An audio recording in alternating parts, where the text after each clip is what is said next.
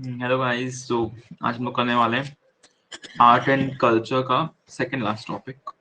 जैसे कि हमारा साइंस एंड टेक्नोलॉजी, लाइक दो टॉपिक्स आज हम लोग करेंगे। तो आज हमारा सेकंड लास्ट क्लास है एक्चुअली, आर्ट एंड कल्चर का, नॉट सेकंड लास्ट टॉपिक। सो आज हम लोग दो टॉपिक्स करेंगे, science and technology in ancient and medieval India, और फिर हम लोग करने की कोशिश करेंगे अबाउट द कॉइन्स जो कि चले हैं फ्रॉम एंशिएंट इंडिया से लेकर मॉडर्न इंडिया तक क्या क्या हुआ है। तो वो हम लोग कवर करने की कोशिश करेंगे इन दिस क्लास। ठीक है,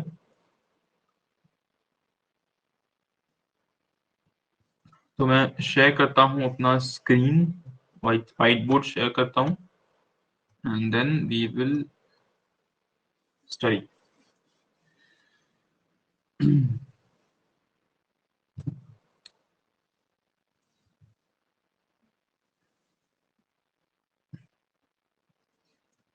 तो आज हम लोग करने वाले हैं दो टॉपिक्स। तो एक है हमारा साइंस एंड टेक कैसे कैसे इवॉल्व हुआ है इंडियन इंडियन हिस्ट्री में, साइंस एंड टेक। और दूसरी चीज हम लोग करेंगे कि कॉइन्स, कॉइन्स कैसे कैसे आए हैं। ठीक है, और किसने कौन सा कॉइन छापा है। तो ये दो चीज हम लोग आज करेंगे, starting with science and tech. Let's start about Indian, like शुरू करते हैं हम लोग साइंस एंड टेक में क्या क्या चीजें होती हैं।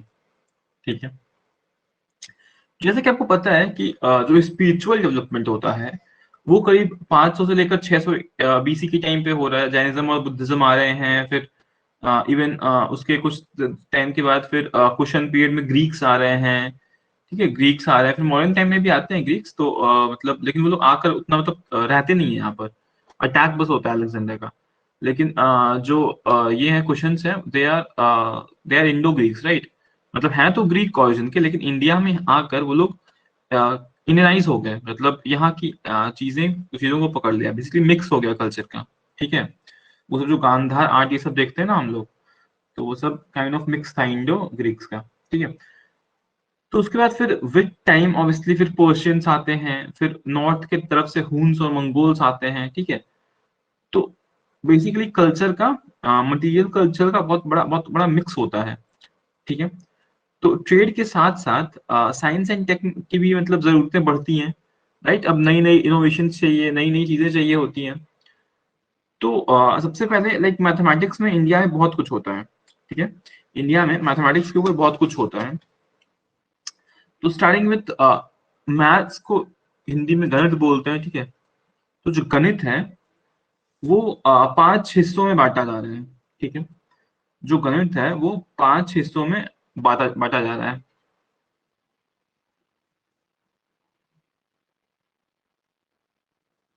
ठीक है, तो तुम्हारा वो क्या है, तो जो अरिथमेटिक है उसको हम लोग बोलते हैं अंक गणित।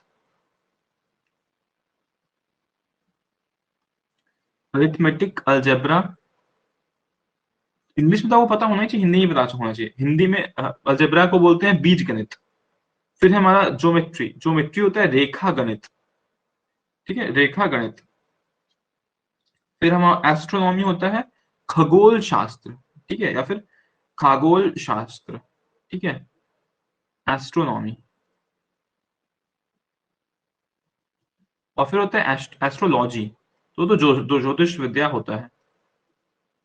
ठीक है, तो ये 5 तरह की, लाइक मैथमेटिक्स गणित को 5 हिस्सों में बांटा जा रहा है। हम लोग क्या पढ़ते हैं, हम लोग ये 3 पढ़ते हैं, राइट। अपने मैथमेटिक्स के सब्जेक्ट सिलेबस में ये 3 हम लोग पढ़ते हैं, एस्ट्रोनॉमी और एस्ट्रोलॉजी थोड़ा सा अलग हो जाता है, वो अलग ही उसके कोर्सेज हो जाते हैं। ठीक है, तो सबसे पहले हम लोग देखते हैं टाउन प्लानिंग जो होता है ना हड़प्पा में, वहां पर ये लोग गणित का ख्याल रखते हैं, ज्योमेट्री का, और मतलब ख्याल रखते हैं।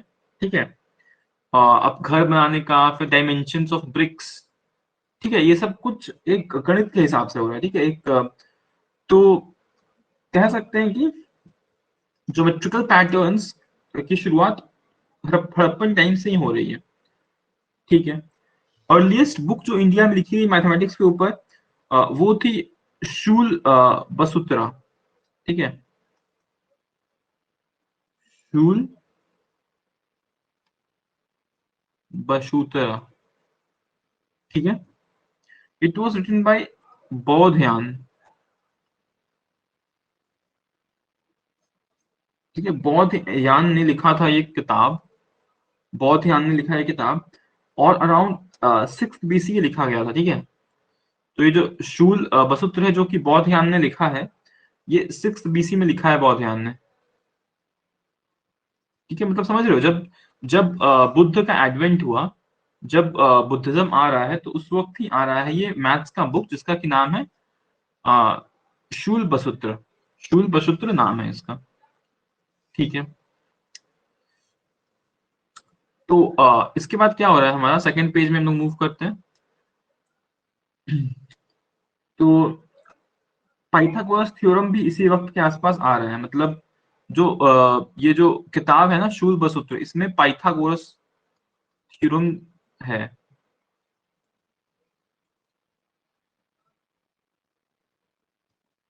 ठीक है, ठीक है, सो तो ये सिमिलर है एकदम, जैसे कि क्या होता है, इसका क्रेडिट जो है पाइथागोरस लेके चला गया, पाइथागोरस थ्योरम का, लेकिन ये सिमिलर कॉन्सेप्ट शूल बसुत्र में भी है जो कि बौद्धयान ने लिखा था अराउंड 6 BC में। ठीक है, उसके बाद फिर एक और किताब लिखी जा रही है अपस्तंबा। अच्छा, अपस्तंबा इज नॉट अ किताब, ये एक व्यक्ति है। अपस्तंबा इज अ व्यक्ति, अपस्तंबा एक इंसान है। वो सेकेंड बीसी में वो क्या कर रहे हैं, प्रैक्टिकल ज्योमेट्री को इंट्रोड्यूस कर रहे हैं, मतलब एंगल्स, राइट एंगल, ठीक है, राइट एंगल, अक्यूट एंगल, ठीक है, ये जो एंगल्स होते हैं, ऑब्ट्यूज एंगल। ठीक है, तो ये एंगल्स को बेसिकली, एंगल्स का कॉन्सेप्ट ला रहा है ला रहा है सेकंड बीसी में कौन, अपस्तंबा। अपस्तंबा, ठीक है, इंपॉर्टेंट नाम है। और ये नॉलेज आगे चलकर हम लोग, मतलब ये नॉलेज से ही फायर एल्टास बनते थे। ठीक है, फायर एल्टास बनाने के काम आया था एंगल्स। ठीक है, उसके बाद फिर एक बहुत ही इंपॉर्टेंट इंसान आते हैं, वो आर्यभट्ट। इनके ऊपर तो लोग प्रॉपर केस स्टडी कर लेंगे। ठीक है, तो ये आ रहे हैं करीब, कहा जाता है 499 AD के आसपास इनका जन्म हो रहा है। ठीक है, मतलब जन्म नहीं हो रहा, मतलब 499 AD के आसपास इनका, मतलब इन्होंने मेजर वर्क्स किए हैं। ठीक है, मतलब तो आप 500 एडी मान लो, 500 एडी मान लो कि 500 एडी में, तो समझ रहे हो, गुप्त गुप्त पीरियड खत्म हो रहा है अभी, गुप्त पीरियड खत्म हो रहा है। तो इन्होंने एक किताब लिखा आर्य भाटिया। आर्य भाटिया ने एक किताब लिखा जिसमें कि मैथमेटिक्स प्लस एस्ट्रोनॉमी की चीजें लिखी थी, एस्ट्रोनॉमी प्लस मैथमेटिक्स की चीजें लिखी हुई थी। और बुक किस भाषा में थी, संस्कृत भाषा में लिखी हुई थी,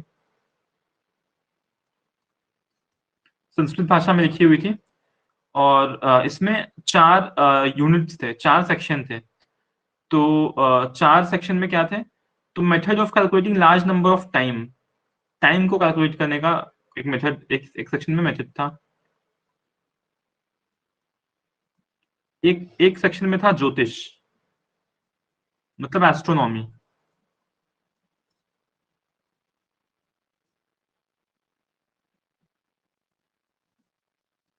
एक और सेक्शन में था हमारा अ, मतलब सारा कुछ, मतलब आपका नंबर थ्योरी, ज्योमेट्री और ट्रिगोनोमेट्री। ठीक है, मतलब नंबर सिस्टम मान लो, नंबर सिस्टम, ज्योमेट्री और ट्रिगोनोमेट्री। ठीक है, एडवांस्ड का, अभी के टाइम पे जो एडवांस मैथ्स होता है ना, एडवांस मैथ्स, वो वो सब चीजें थी। ठीक है, अलजेब्रा को फोर्थ सेक्शन में डाल दिया था। तो ये 4 सेक्शन हो गए। ठीक है जी, उसके बाद एस्ट्रोनॉमी वाज आल्सो कॉल्ड खगोल शास्त्र, ये तो पता ही है आपको। एस्ट्रोनॉमी को खगोल शास्त्र भी बोल रहे हैं।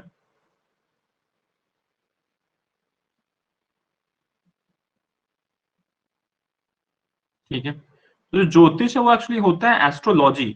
लेकिन उस वक्त तक, जब ये किताब लिखा जा रहा था, आर्यभट्ट जब किताब लिख रहे थे, तो वो बाइफर्केशन नहीं हुआ था, तब एस्ट्रोनॉमी और एस्ट्रोलॉजी अलग अलग नहीं था, ठीक है। वो आगे चलकर फिर अलग हो जाता है, ठीक है। तो ज्योतिष जो है वो एस्ट्रोलॉजी हो जाता है, ठीक है, वो एस्ट्रोनॉमी रह जाता है, खगोल शास्त्र, ठीक है। तो इनका एम क्या था, ये किताब लिखने का, जो आर्यभट्ट ने किताब लिखा, इनका एम क्या था? तो जो टाइड्स होते हैं ना, जो समुद्र में जो टाइड्स आते हैं, उनका रिलेशन स्टार्स के साथ, ठीक है। मतलब मून से क्या हो रहा है, स्टार्स से क्या असर क्या पड़ रहा है, ठीक है। उसके बाद नेविगेशन के सिस्टम को इम्प्रूव करने के लिए एक जगह से दूसरी जगह जाना है, तो वो फिर एक्यूरेसी ऑफ द कैलेंडर्स, ठीक है। तो कैलेंडर की एक्यूरेसी के लिए किया था इन्होंने, ठीक है। ये सब कर रहे हैं, ठीक है। सबसे बड़ा इनका फाइंड था पाई। पाई का वैल्यू ना, ये 4 डिजिट, मतलब ये निकाल के आए थे 3.14, उसके बाद भी 2 डिजिट, मतलब 4 डिजिट तक लेकर आए थे, ठीक है। डेसिमल के बाद 4 डेसिमल पॉइंट्स तक ये पाई का वैल्यू निकाल दिए थे उस टाइम पे ही, ठीक है। 500 एडी के टाइम पे ही ये निकाल दिए थे, ठीक है। इवन इवन ये एक्लिप्स जो होता है ना, सूर्य ग्रहण सूर्य ग्रहण चंद्र ग्रहण, एक्लिप्स का टाइम भी कब होता है, क्यों होता है, ये सब भी निकाल दिए थे ये, और कब आगे होगा, हो सकता है, ठीक है। ये सब मतलब मूवमेंट ऑफ सन और अर्थ के ऊपर भी रिसर्च किए हुए हैं ये,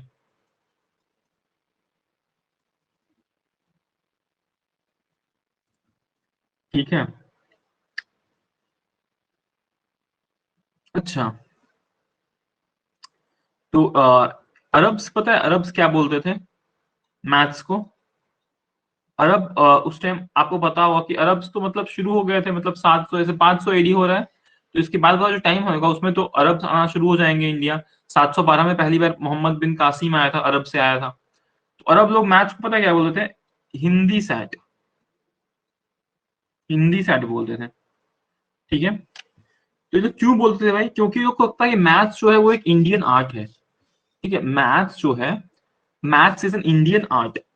तो जो अरब्स थे अर्ली फॉर्म में, और they called mathematics as Hindi साथ, ठीक है। उसके बाद फिर एक और बहुत बड़े मैथमेटिशियन हुए हमारे, ब्रह्मगुप्त,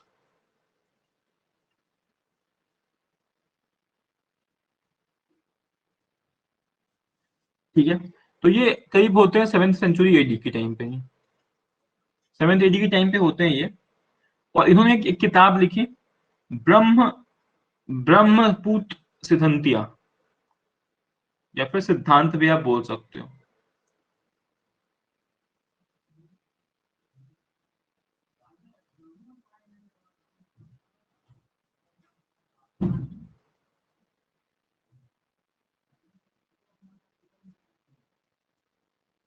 ब्रह्मपुत्र सिद्धांत, तो इसमें पहली बार जीरो को नंबर का दर्जा दिया गया है, ठीक है। तो जीरो एज अ नंबर, ठीक है। तो अब ये बड़ा डाउट है भाई, हम लोग सीधे जीरो देखते हैं और आंसर मार देते हैं आर्यभट्ट पे कि जीरो का डिस्कवरी आर्यभट्ट की है भाई, ऐसा कुछ। लेकिन ब्रह्मगुप्त को क्रेडिट जाता है, ठीक है। जीरो का क्रेडिट अगर क्वेश्चन में आता है तो ब्रह्मगुप्त ऑप्शन में ब्रह्मगुप्त को ही दो, ठीक है। उसके बाद इवन निगेटिव नंबर्स का के बारे में इन्होंने बताया कि नंबर्स पॉजिटिव या निगेटिव भी हो सकते हैं, ठीक है। एंड फिर क्या किया, नेगेटिव नंबर्स को इन्होंने बोला कि ये डेब्ट्स हैं, कर्ज हैं। और जो पॉजिटिव नंबर, मुझे नेगेटिव इधर लिखना चाहिए था, कोई बात नहीं। और जो पॉजिटिव नंबर है वो फॉर्चून है, ठीक है। तो थोड़ा सा डिफिनेशन अलग हो गया, लेकिन तब भी मतलब ये है। उसके बाद फिर क्वाड्रेटिक फॉर्मूला दे रहे हैं, ठीक है। ये पहला डिस्क्रिप्शन है क्वाड्रेटिक फॉर्मूला का।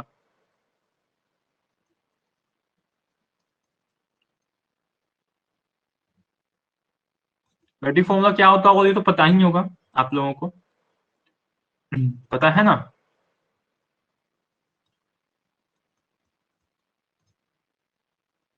ठीक है। तो ये सब बातें हैं जी। उसके बाद 9th सेंचुरी एडी में जो महावीर आचार्य हैं, उन्होंने लिखा है गणित सार संग्रह। 9th सेंचुरी एडी में आ रहे हैं हमारे महावीर चार्य, ये महावीर आचार्य। ये कौन सी किताब लिख रहे हैं? ये लिख रहे हैं गणित सार संग्रह।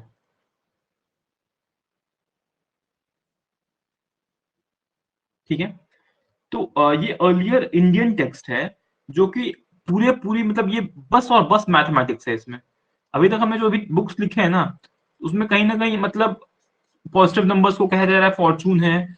तो जो इवन जो हमारे आर्यभट्ट है वो भी जो किताब लिख रहे हैं वो नेविगेशन के लिए लिख रहे हैं, ताकि नेविगेशन इजी हो जाए, ताकि टाइड और स्टार का रिलेशन समझ में आए। ठीक है, मतलब mathematics was not the only, लेकिन एक जो पहली किताब है ये गणित सार संग्रह, ये एकदम मैथमेटिक्स के स्पेसिफिक किताब है।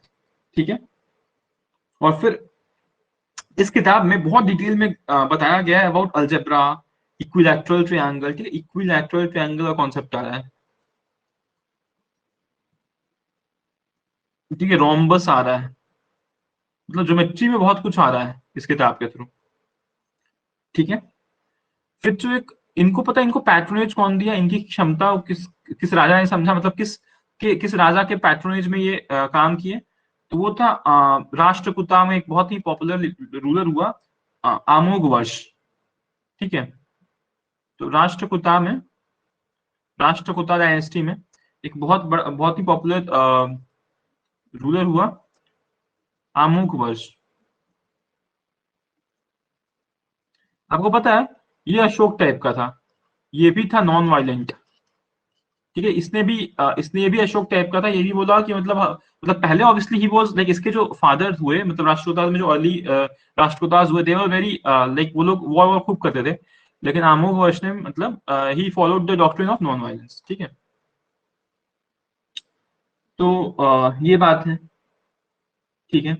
उसके बाद फिर भास्कर। तो भास्कर भी आपको पता ही है। भास्कर जो है, he was a 7th century mathematician who wrote Aryabhatiya. इन्होंने लिखा है क्या, ये 7th सेंचुरी में हुए, और ये लिख रहे हैं आर्य भाटिया भाष्य। आर्य भाटिया भाष्य। ठीक है। आर्य भाटिया भाष्य में क्या लिखा है? तो इसमें लिखा हुआ है it is related to mathematics plus astronomy. Maths और एस्ट्रोनॉमी का मिक्स है ये। एस्ट्रोनॉमी आपको पता ही है, एस्ट्रो शब्द आ रहा है इसमें। ठीक है, खगोल शास्त्र है ये। तो जो पहला इसरो ने जो पहला भास्कर लॉन्च किया, मतलब पहला तो वो मतलब पहला जो ये लॉन्च किया ना अपना व्हीकल, पीएमएलवी, जो भी मैं अब नाम भूल रहा हूँ, पीएसएलवी शायद बोलते हैं ना उसको। तो वो इसरो ने लॉन्च किया है हमारा 1979 में, उसका नाम रखा गया भास्कर 1। क्यों रखा गया समझ में आ गया आप लोगों को? क्यों रखा गया? क्योंकि भास्कर 1 जो है वो किताब लिख रहे हैं आर्य भाटिया भाष्य, जिसमें कि मैथ्स और एस्ट्रोनॉमी को कनेक्ट किया गया है। और कहीं ना कहीं इसरो या फिर नासा, चाहे जो भी एरोनॉटिकल बेस्ड रिसर्च सेंटर्स हैं, और वो लोग मैथमेटिक्स प्लस एस्ट्रोनॉमी को यूज करते हैं, एंड देन हम लोग टाइम करते हैं अपने स्पेसक्राफ्ट को अकॉर्डिंगली। ठीक है। तो इसलिए भास्कर 1 को नाम रखा गया। ठीक है। फिर आ रहे हैं हमारे भास्कर 2।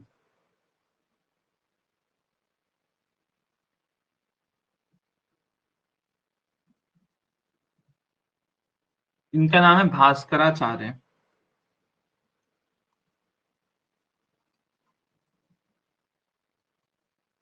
ये आ रहे हैं करीब 12th सेंचुरी एडी के टाइम, 12th एडी के टाइम पे आ रहे हैं। और इन्होंने एक किताब लिखा, सिद्धांत सिद्धांत शिरोमानी। शिरोमानी। ठीक है। वो चीज इस सिद्धांत शिरोमानी को 4 पार्ट में डिवाइड किया। ठीक है। तो जो पहला पार्ट है वो तो एज एज मतलब जो नॉर्मली चलता है अरिथमेटिक हो गया। दूसरा पार्ट में अलजेब्रा हो गया। तीसरे पार्ट में स्फेयर्स, तो एकदम ज्योमेट्री में भी एकदम स्पेसिफिकली एकदम स्फेयर्स पे ही पहुंचे हैं, ट्रायंगल्स ट्रायंगल्स नहीं। और जब स्फेयर का बात है तो उसका एप्लीकेशन कहाँ पे होगा, प्लैनेट्स में हो रहा है, ठीक है, प्लैनेट्स, ठीक है। तो ये 4 चैप्टर्स कवर किए भास्कराचार्य ने इन 12th सेंचुरी एडी, ठीक है। और ये साइक्लिक मेथड पे फोकस था इनका, ठीक है। साइक्लिक मेथड जो होता है ना, चक्रवात, उसका था। और इससे इसी के जो साइक्लिक मेथड को यूज करके he was able to solve algebraic equations, ठीक है। और ये लिखी है ये किताब लिखी लीलावती, उसमें बताया है कि how you can solve questions with the help of geometry, like quadratic equation को आप कैसे सॉल्व कर सकते हो with the help of geometry and cyclic methods, ठीक है। फिर 19th सेंचुरी में इसको ट्रांसलेट किया जाता है इंग्लिश में, और इसको कौन करता है, जेम्स टेलर करता है, जेम्स टेलर करते हैं। एंड फिर पूरा एक्सट्रैक्ट में फिर पूरे ग्लोब तक ये बात फैलती है, ठीक है जी। फिर कुछ कुछ चीजें हो रही हैं हमारा इस मिडिवल पीरियड में भी हो रहा है, ये तो एंशिएंट ही में आ जाएगा लगभग। मिडिवल पीरियड में क्या हो रहा है, जो नारायण पंडित हैं,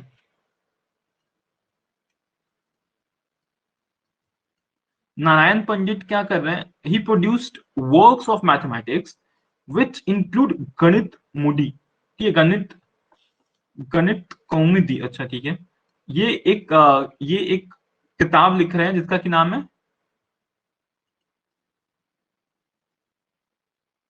गणित कौमुदी, ठीक है, गणित कौमुदी।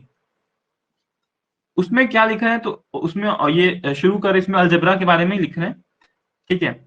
और भी कुछ कुछ फिर इसमें मतलब नारायण पंडित ने बीजगणित में बहुत काम किया, ठीक है। उसके बाद वो जो लीलावती जो किताब थी ना, ये इतनी इंपॉर्टेंट किताब थी ना कि ये जेम्स वेब इंग्लिश में कन्वर्ट कर रहे हैं। इसको अकबर ने भी कोशिश किया था कन्वर्ट कराने का पर्शियन लैंग्वेज में, ठीक है। तो अकबर के टाइम पर कौन था उनका वो सबसे फेवरेट टाइप्स, सबसे फेवरेट तो अबुल फैजल बोल सकते हैं, फैजी ने किया था ट्रांसलेशन पर्शियन में, ठीक है। लीलावती को पर्शियन में ट्रांसलेट किया फैजी ने, ठीक है। तो ये एक अकबर के टाइम एक काम हो रहा है।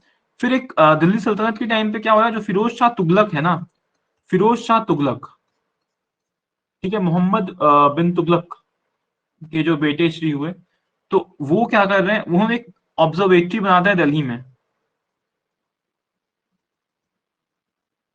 ऑब्जर्वेशन स्टेशन बोल दो, ठीक है, वो बनाया है दिल्ली में। तो उनको बड़ा शौक था भाई ये सब चांद सितारों ये सबको देखने का, ठीक है। उसके बाद फिर एक रूलर होते हैं हमारे इवन जयपुर के एक जो सुल्तान थे, जयपुर के सुल्तान बोल रहा हूँ, जयपुर के जो महाराजा थे, क्या नाम था मैं भूल रहा हूँ, एक सेकेंड।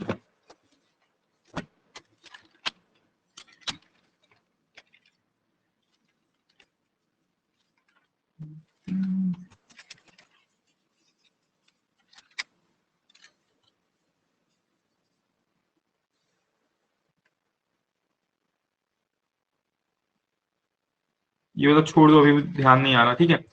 तो जयपुर में शायद मान सिंह ही था, मान सिंह थे या कोई और था, मतलब सूबेदार था वो जयपुर वाले, जयपुर का जो जंतर मंतर भी उन्होंने ही बनाया है, ठीक है। तो उन्हें भी मैथ में बड़ा रुचि था, मैथ में बहुत इंटरेस्ट था, नाम मुझे एग्जैक्ट याद नहीं आ रहा, किताब में भी नहीं लिखा हो, ठीक है। तो ये बातें हैं। जय सिंह ही था, देखो मिल गया, जय सिंह ही था, ठीक है। तो जय सिंह ने क्या किया, ये 5 जगह बना रहे हैं ऑब्जर्वेटरीज, 5 जगह बना रहे हैं जय सिंह ऑब्जर्वेटरीज। और वो 5 जगह पता है कौन सा है, सबसे फेमस तो जयपुर का ही हुआ हमारा जंतर मंतर, फिर दिल्ली में भी है, जयपुर में बनाया, दिल्ली में भी जंतर मंतर बनाया, फिर वाराणसी में भी एक स्टेशन बनाया है, ठीक है, फिर उज्जैन में बनाया, मथुरा में बनाया। तो मतलब जहां जहां गए सब जगह बनाते जा रहे हैं, ठीक है, सवाई जय सिंह, ठीक है। उसके बाद अब हम लोग आते हैं मेडिसिन पे, मेडिसिन पे क्या क्या काम हो रहा है। तो वैदिक टाइम्स में तो हमें पता है कि जो अश्विनी कुमार्स हैं, they were the practitioners of medicine, ठीक है। और उनको डिवाइन स्टेटस दिया जाता था, मतलब जो अश्विनी कुमार है, इट वॉज काइंड ऑफ, कह सकते हो आप कास्ट टाइप ही मान लो, ठीक है, जैसे होता ना पहले प्रोफेशन बेस्ड होता था ना, मतलब तो जो अश्विनी कुमार से देवर, इनका काम ही है कि मेडिसिन को प्रैक्टिस करना, ठीक है। उसके बाद धनवंतरी किसे कहा जाता है? Dhanvantari was the God of Ayurveda medicine, ठीक है, धनवंतरी। उसके बाद फिर अथर्व वेद में फर्स्ट बुक है जो मेंशन कर रहा है डिजीज के बारे में, अथर्व वेद सबसे नया वेद है, चौथा वेद है ये, डिजीज का जिक्र कर रहा है, डिजीज का जिक्र कर रहा है।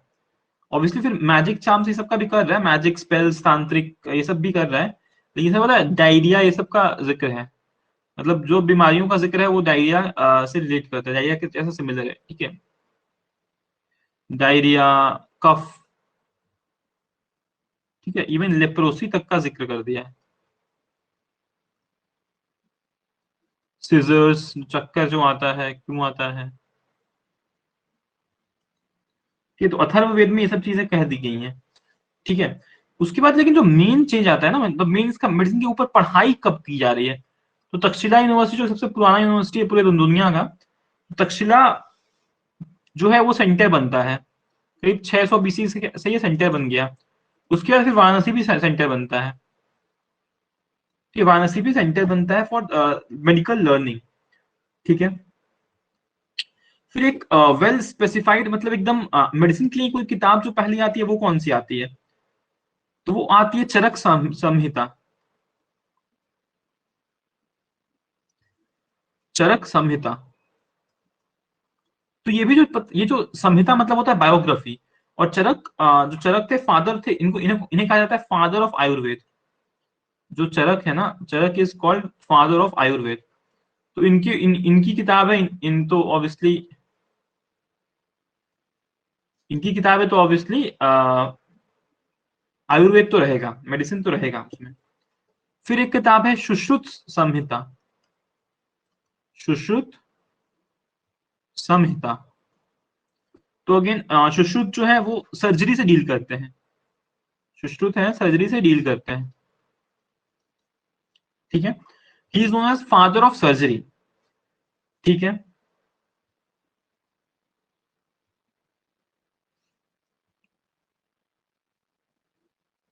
तो ये सब बातें हैं। फिर इवन अत्रेया जो है वो भी डील कर रहा है आयुर्वेद से, ठीक है। तो ये सब बातें हैं, ठीक है। अब आ जाते हैं हम लोग फिजिक्स और केमिस्ट्री पे, फिजिक्स और केमिस्ट्री में, ठीक है। तो वैदिक टाइम से ना जो मटेरियल्स है अर्थ पे, उसको क्लासिफाई किया गया है पांच चीजों में, मतलब पंचभूतों में,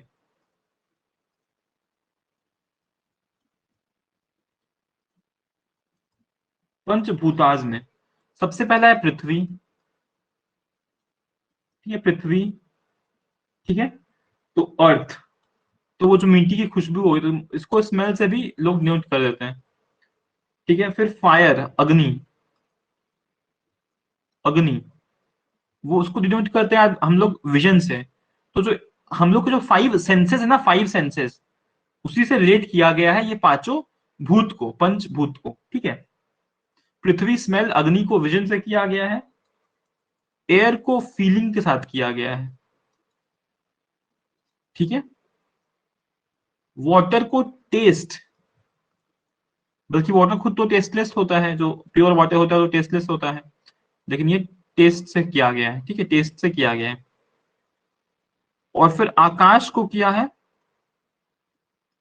अच्छा मैंने दो इंग्लिश में क्या लिख दिया, तो ये तो आपको पता ही है, एयर को ना वायु या हवा नहीं बोल रहे थे, माया बोल रहे हैं ये लोग, ठीक है, माया बोल रहे हैं।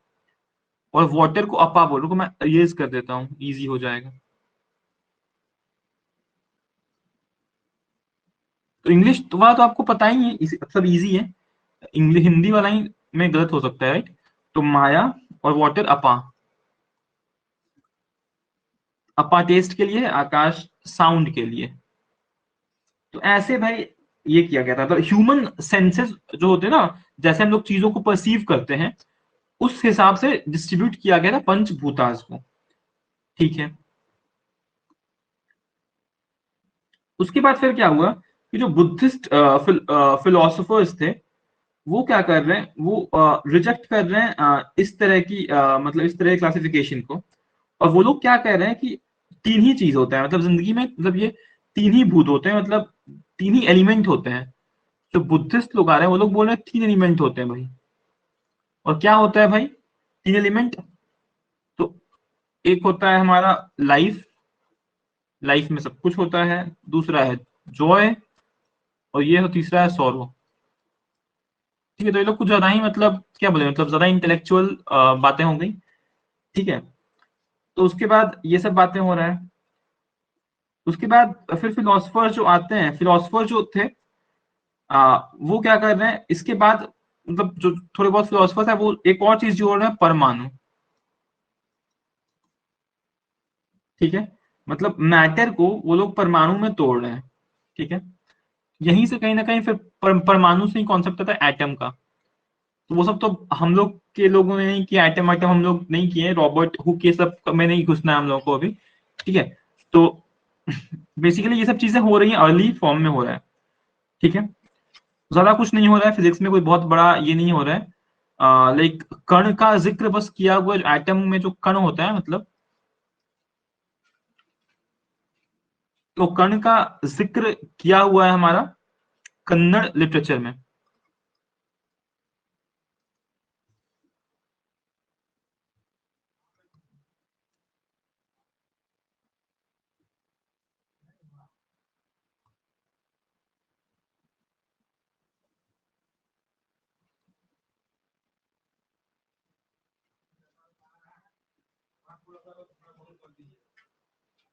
थोड़ा बंद कर दीजिएगा।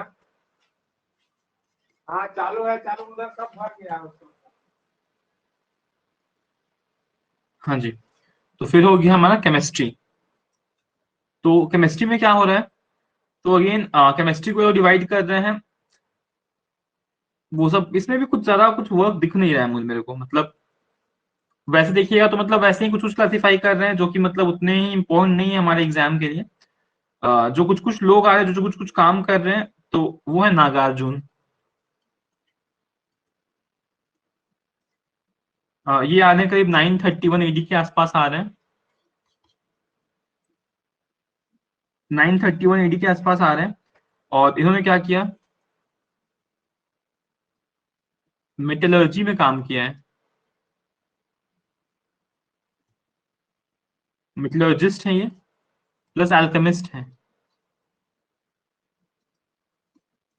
नागार्जुन का क्या है, बस इतना पता होना चाहिए कि मेटलर्जिस्ट और अल्केमिस्ट है, 1931 एडी के टाइम पे ये रहे हैं। ठीक है, केमिस्ट्री में भी ज्यादा कुछ काम नहीं हुआ है। ठीक है, फिर एक और आ रहे हैं,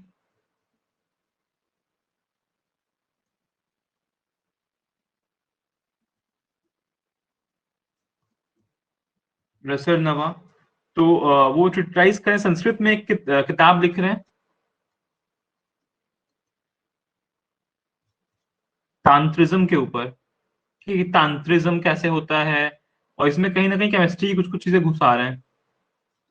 ठीक है, मतलब केमिकल वेमिकल से तांत्रिक वाला चीजें कर रहे हैं। अगर मान लो कि तुम एसिड और बेस को मिक्स करोगे तो मतलब हवा हवा निकलेगा ना, तो वो सबसे वो तांत्रिकिज्म को प्रमोट, तांत्रिज्म को प्रमोट कर रहे हैं। ठीक है, तो ये सब बातें हैं।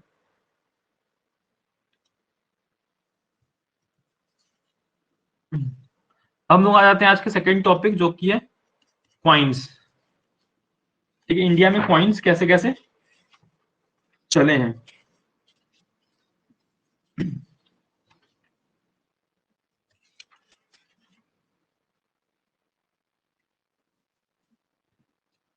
सबसे पहला क्वेश्चन आता है कि जो फर्स्ट मुस्लिम रूलर है, फर्स्ट ऐसा, सब कुछ ही आना चाहिए, रुकिए मैं सब कुछ ही लिख देता हूँ।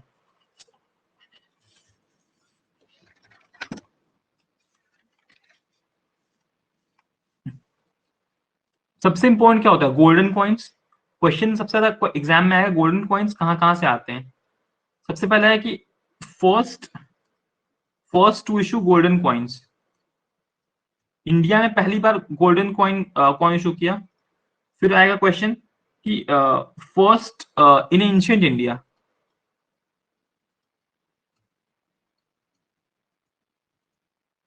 ठीक है। तो पहला आएगा first to issue golden coins were Indo Greeks, ठीक है। फिर ये कनिष्क, ठीक है। फिर पहले मुस्लिम रूलर्स जिन्होंने गोल्डन कॉइन्स को इश्यू कराया, तो वो कौन होंगे, वो कौन थे, तो वो था मोहम्मद बिन कासिम, ठीक है। उसके बाद पहला यूरोपियन कौन था, तो वो थे डच लोग, ठीक है, वो थे डच लोग। तो ये बस ध्यान में आप सब क्या रखना है आपको, जो कॉइन्स है ना, सबसे पहले इंडो ग्रीक्स लेकर आ रहे हैं गोल्डन कॉइन्स इंडिया में, फिर कनिष्क लेकर आ रहे हैं हमारे एंशिएंट इंडिया में, और फिर मोहम्मद बिन कासिम लेकर आ रहा है फर्स्ट मुस्लिम, अगर पूछेगा क्वेश्चन तो, और पहला यूरोपियन में अगर पूछेगा तो वो डच होगा, ठीक है। This is about golden coins, ठीक है।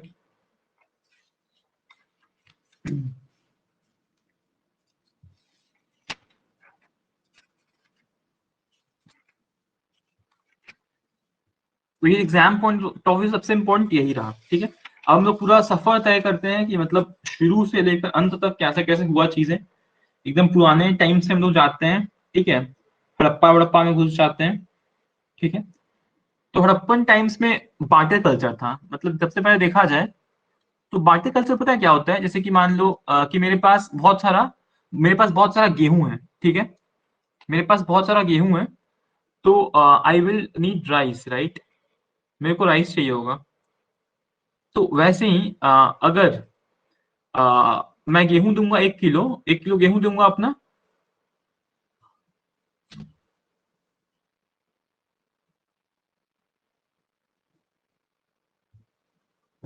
Okay, I am getting a message, ठीक है। छोड़ो छोड़ो, मैं अब ये क्या कहावत है, बार्टर सिस्टम। तो हड़प्पन सोसाइटी में क्या था कि बार्टर सिस्टम मतलब क्या हो गया कि अगर मान लो कि मेरे पास गेहूं है और मेरे को चावल चाहिए, मैं 1 किलो चावल गेहूं दूंगा, 1 किलो राइस लूंगा, मतलब ठीक है, मतलब अपना अपने गेहूं से चावल बदल लूंगा, मतलब सामान से सामान खरीदा बेचा जा रहा है, पैसे मतलब currency is not there, currency नहीं है कुछ। तो बार्टर सिस्टम था हड़प्पन सोसाइटी में, ठीक है। और अर्ली फॉर्म्स में यही रहा, बार्टर सिस्टम ही रहा अर्ली सोसाइटी में, जो हमारा सिस्टम क्या था, बार्टर सिस्टम ही था। लेकिन ऑब्वियसली फिर ये सिस्टम प्रिवेल नहीं कर पाया, क्योंकि अ, हो सकता है कि अगर आपको हमको गेहूं चाहिए, हमको मेरे पास है, और मेरे को राइस चाहिए, लेकिन जिसको राइस चाहिए उसको कोई जरूरी नहीं कि उसको गेहूं चाहिए ही चाहिए। तो ये तो प्रॉब्लम हो गया। तो इस प्रॉब्लम का क्या सोल्यूशन था, इसका सोल्यूशन था करेंसी, कि कोई पैसे या करेंसी कोई लेकर आ जाओ, जिससे कि शुरू हो जाए। और करेंसी में सबसे पहले क्या आता है, कॉइन्स आता है, नोट्स तो बहुत बाद में आते हैं, करेंसी में सबसे पहले कॉइन्स ही आएंगे, ठीक है। और इसमें सबसे पहले आते हैं हमारे पंच्ड मार्क कॉइन्स,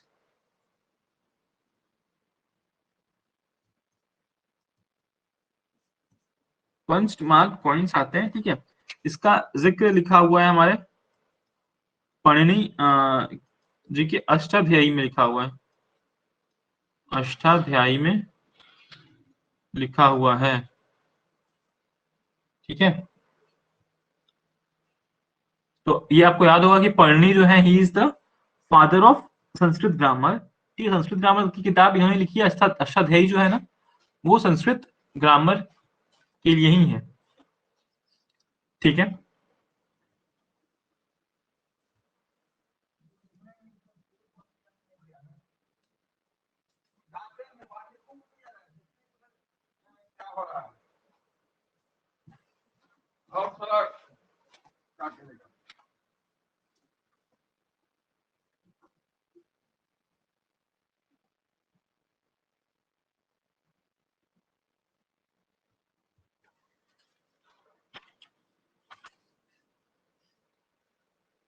ठीक है, तो हमने क्या देखा, punch mark points were the earliest forms of coins, ठीक है। पंच मार्क पॉइंट्स आने सबसे अर्लीस्ट फॉर्म है। उसके बाद फिर क्या हो रहा है, तो पंच मार्क कॉइन्स के बाद फिर इंडो ग्रीक्स कॉइन्स आ रहे हैं, मतलब इंडो ग्रीक्स लोग क्या है, सर्कुलर कॉइन्स लेकर आ रहे हैं।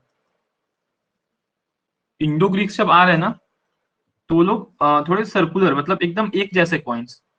अभी तक क्या था कि कोई मान लो कोई ऐसा है तो कोई ऐसा है, यूनिफॉर्मिटी नहीं है कॉइन्स का। ये तो प्रॉब्लम है। तो इंडो ग्रीक्स ने क्या किया, एक सिस्टमैटिक तरीका लेकर आ गए। ठीक है। और ये लोग क्या कर रहे हैं, अभी जैसे मतलब सर्कुलर कॉइन्स लेकर आ रहे हैं, और हेड्स मतलब किसी व्यक्ति का यहाँ पर फोटो है, और इस साइड को हेड्स, जो ये हेड्स का होता है ना, मतलब हेड्स वाला, हेड्स का जो कॉन्सेप्ट यहीं से आ रहा है कहीं ना कहीं। ठीक है। उसके बाद ये लोग तरह तरह के कॉइन्स, इनको बहुत इंटरेस्ट था कॉइन्स में। तो सिल्वर, कॉपर, निकल, ठीक है, लेड, बहुत तरह के कॉइन्स यूज में लेकर आ रहे हैं। ठीक है। उसके बाद जो सतवाहना है, सतवाहना लोग हैं, ये लोग पहली बार लेड कॉइन्स लेकर आ रहे हैं। ठीक है, लेड के सिक्के लेकर आ रहे हैं। ठीक है। तो ये है। उसके बाद आपको पता है, ये जो कौड़ी होती, कौड़ियां होती हैं, कौड़ी शेल्स होते हैं।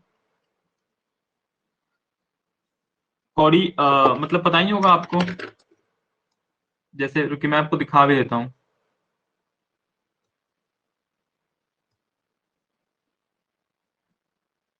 इस तरह की चीजें, मतलब ये जो जैसे कि ये कौड़ी, तो ये तो बड़ा हो गया ना।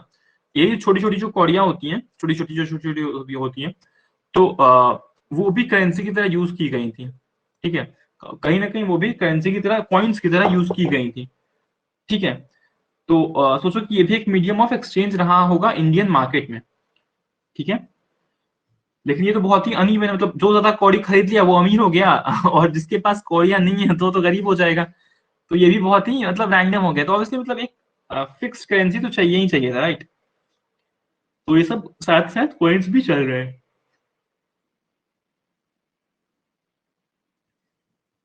फिर गुप्ता लोग, जो मैं जैसे गुप्ता लोग क्या कर रहे हैं सबसे ज्यादा, गुप्ता लोग सबसे ज्यादा कर रहे हैं हमारे, सिल्वर के कॉइन्स ला रहे हैं, प्लस कॉपर के कॉइन्स ला रहे हैं। ठीक है।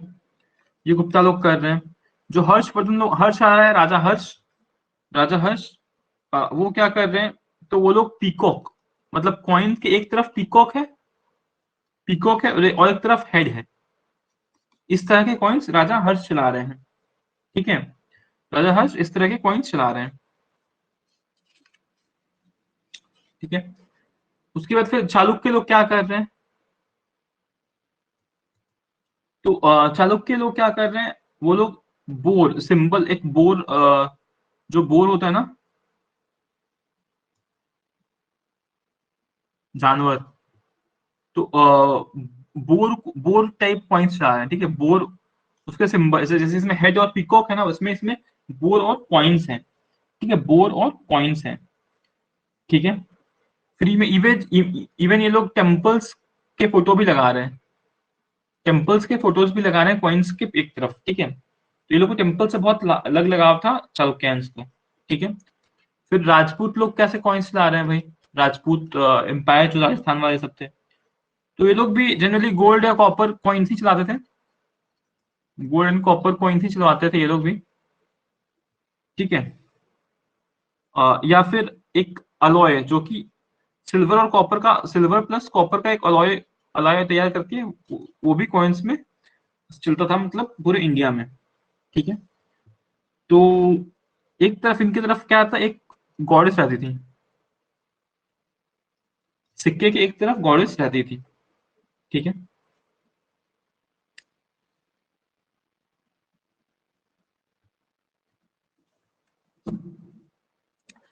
और यार हम दिल्ली सल्तनत के टाइम, दिल्ली का जो सल्तनत टाइम था, उस टाइम क्या हो रहा है।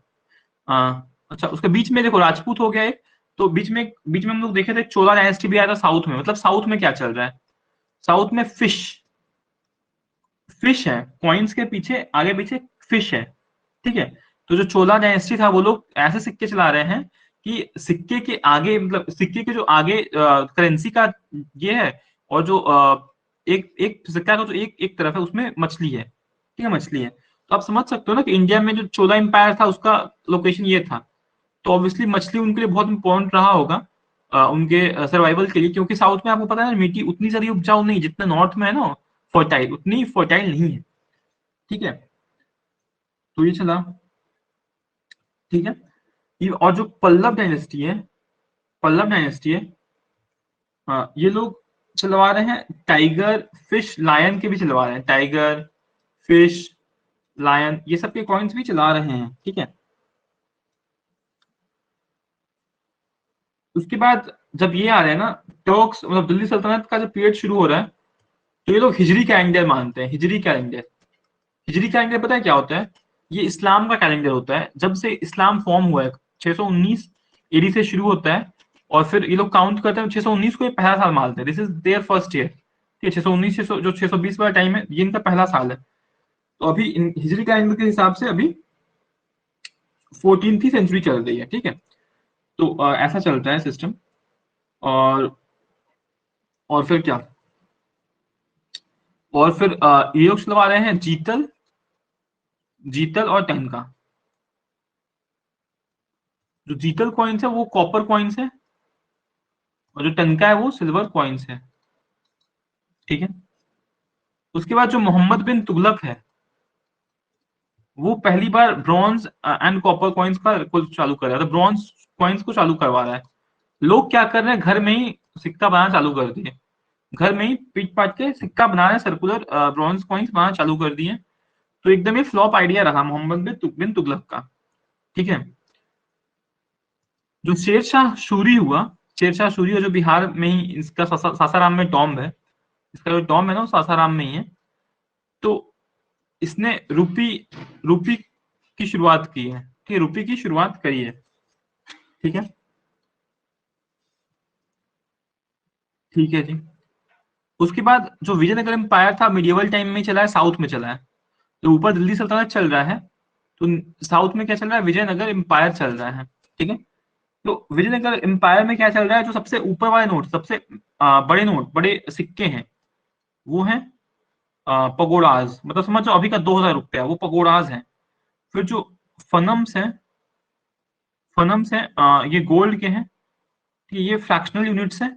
और फिर है ताराज, ये फनम्स है। और फिर है ताराज, ये जो है ये सिल्वर का है, ये सिल्वर यूनिट्स है, ठीक है। और फिर जो सबसे छोटा है वो कॉपर का है सिक्का, ठीक। तो आप सबको याद, आपको क्या रखना है, जो पगोडास है वो सबसे हाईएस्ट डिनोमिनेशन के हैं, ठीक है। और ये सब, ये मतलब ये बस ये आपको याद रहना चाहिए, ये चार चीज याद रहना चाहिए, इसका जो सिस्टम है, मतलब ये प्रेसिडेंट से याद होना चाहिए। पगोडा सबसे ऊपर, फिर है फनम्स जो कि गोल्ड के हैं, ताराज जो कि सिल्वर के हैं, और कॉपर कॉइन्स को कॉपर कॉइन्स ही बोल रहे हैं, ठीक है। कुछ स्पेशल नाम नहीं है इसका, इतना छोटा इसमें स्पेशल नाम नहीं है, ठीक है।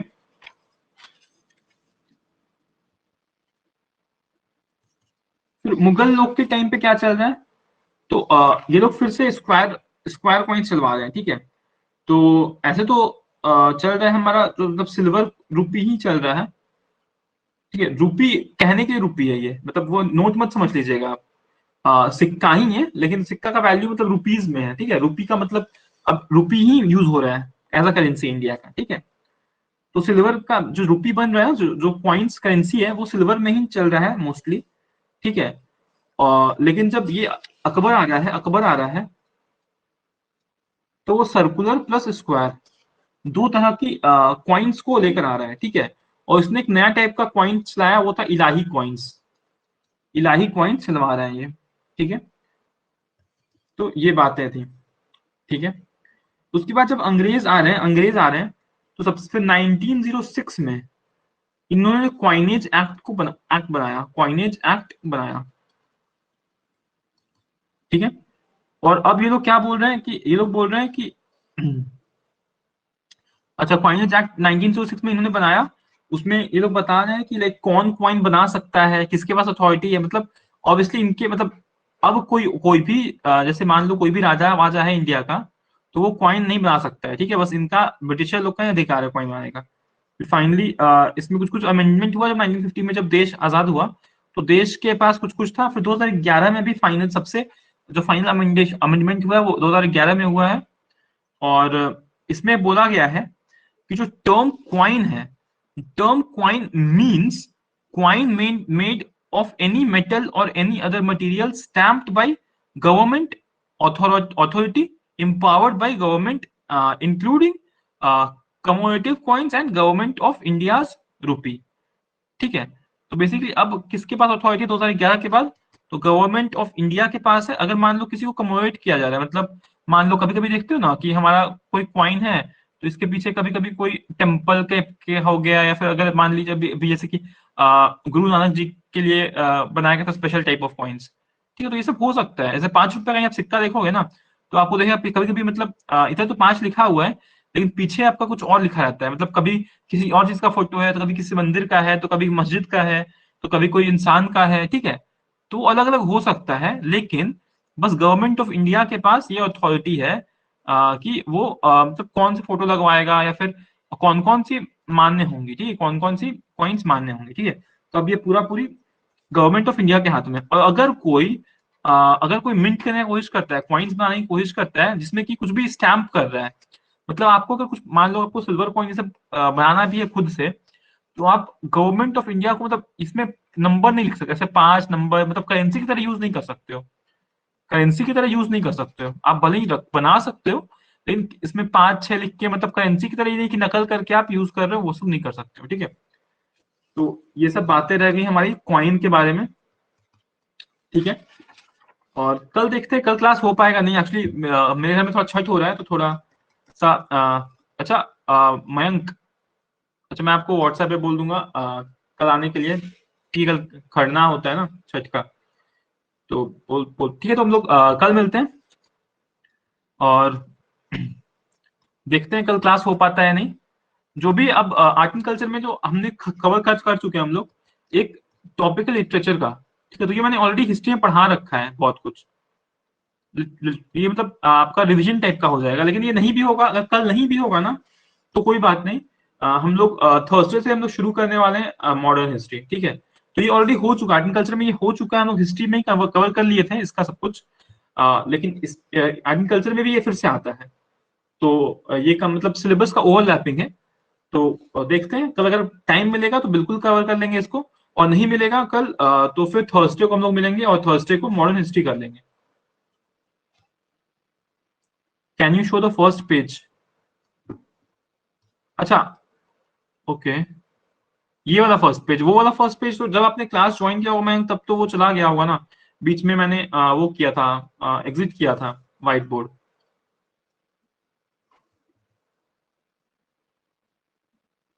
हाँ, तो वैसे कुछ ज्यादा पढ़ाया भी नहीं था उसमें, मैंने बस वही बताया था कि जो साइंस और मैथ्स होता है ना, लाइक साइंस एंड ये सब में कैसे कैसे चीजें घटी हैं। ठीक है, तो आज के क्लास में आपका उतना ये सब टॉपिक्स छोटे छोटे टॉपिक्स हैं। ठीक है, तो उतना ज्यादा नोट्स आपको नहीं बनाने की जरूरत उतना नहीं है, थोड़ा बहुत जो जो मैंने बताया वो सब बस नोट कर लिए होंगे, बहुत है। ठीक है, तो चलिए कल हम लोग मिलते हैं, लाइक कल इफ पॉसिबल, नहीं तो फिर थर्सडे को मिलते हैं।